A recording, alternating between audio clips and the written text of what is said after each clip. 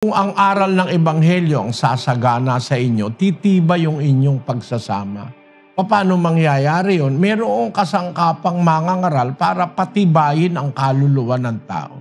At ang higit sa lahat, na ikatitibay ng lahat ng tao, maging pamilya, maging sambahayan, maging magkaibigan, maging magkakapatid, ang pampatibay sa lahat yung nasa 4:16 ng Efeso.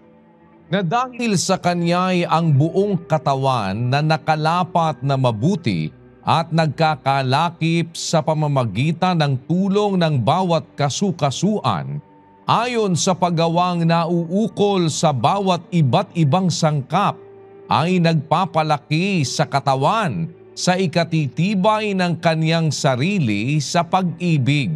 Ang ikakatibay ng lahat ng nasa iglesia, yung pag-ibig. Iibigin mo ang Diyos una sa lahat, iibigin mo ang iyong kapwa, iibigin mo asawa, iibigin mo anak, iibigin mo ang kapatid, iibigin mo pati kaaway. Ang pampatibay ng Diyos sa lahat ng samahan sa iglesia, maging mag-asawa, maging magkamag-anak, pamilya, o maging iglesia sa kapatiran, ang pampatibay ng Diyos ay ang pag-ibig. Pag yun ang namamayani, matibay ang sambahayan, matibay ang kapatiran, matibay ang isang organisasyong sa loob ng samahang sa Diyos. Pag ang namamayani, pag-ibig, sa ikatitibay ng kanyang sarili sa pag-ibig. Ang sabi sa English, make it increase of the body unto the edifying of itself in love. Ang pag-ibig ang nagpapatibay sa lahat ng function ng nasa iglesyang totoo. Yun po ang masasabi ko, kapatid, nasa Biblia. Yung pagpapatibay, yun ang buklod ng pag-ibig eh. Ang pag-ibig parang buklod. Tingnan mo yung tingting. Yung tingting, madaling maputol yun. Pero pag pinagsama-sama mo yung tingting, binuklod mo, matibay yun, di mo basta mababali yun.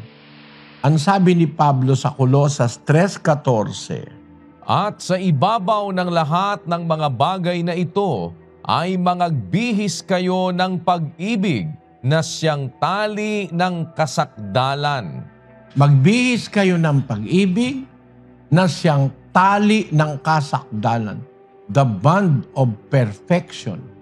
Wala ka nang kulang pa pagka natutunan ng asawa, anak, magulang, kapatid, bayaw, hipag, ang pagsasama sa ilalim ng pag-ibig na itinuturo ng Biblia, kapatid. Kaya ako natutuwa ako eh. Sa samahang ito, matitibay ang kapatid dito eh. Maraming mga pag-uusig, maraming paninira, mga inimbento, kung ano-ano. Pero matibay ang samahang ito. Ang nagpapatibay yung pag-ibig.